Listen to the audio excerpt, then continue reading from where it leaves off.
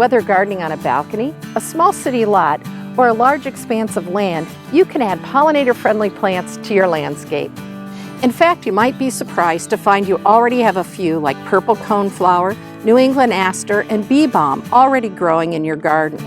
These and other native plants are the most effective at attracting and supporting the pollinators we depend upon for about 1/3 of the food we eat, as well as plant-based fibers, edible oils, medicines, and many other products. Native plants also improve our environment by helping to keep water where it falls. This reduces the risk of flooding, basement backups, and water entering our storm sewers, helping to protect our waterways.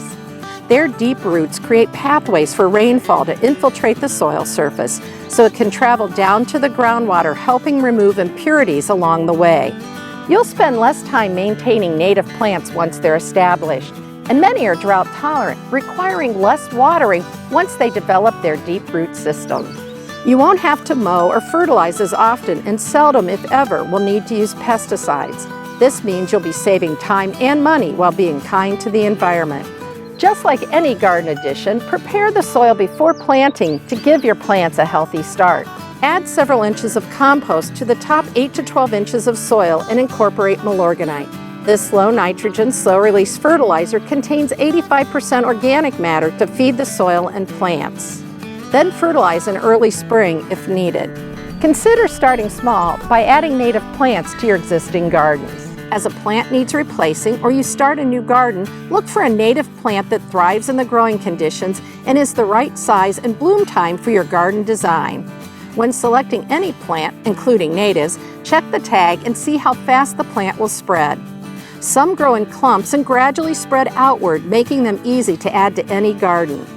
Others spread by seeds, creating more plants each year, providing seedlings to share or fill additional garden spaces.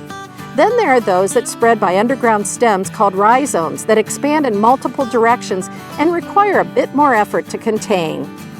And some of the more vigorous plants spread by several of these methods. Once you experience the beauty and benefits of native plants, you'll be looking for more opportunities to add them to your landscape. The next step may be a garden filled with only native plants. Design a garden of native plants just like you would any flower garden. Consider color, texture, mature size, and bloom time. Include a variety of native plants so your garden will be filled with blossoms, butterflies, and other pollinators throughout the growing season. Look for those with seed heads that attract birds in the winter and provide texture, movement, and homes for pollinators in the winter landscape. Look to nature for winning combinations. Reduce ongoing maintenance and increase the beauty with a more relaxed design. Create informal garden beds with gently curved borders and allow plants to intermingle in a more casual design. As you discover the beauty and benefits of native plants, consider going all out. Convert a large portion of your whole yard into a natural garden that mimics nature's spaces. Include signs of civilization to let people know it's an intentional design. Maintain a mower-wide strip of grass surrounding the natural planting. Add a few birdhouses or bird baths or a bit of fencing to let neighbors know this is a purposeful space. So consider adding a few or more native plants to your landscape. You'll help reduce polluted stormwater runoff, create a healthier environment, and grow beautiful gardens for you, the pollinators, and birds to enjoy. And you just might inspire a few neighbors to do the same.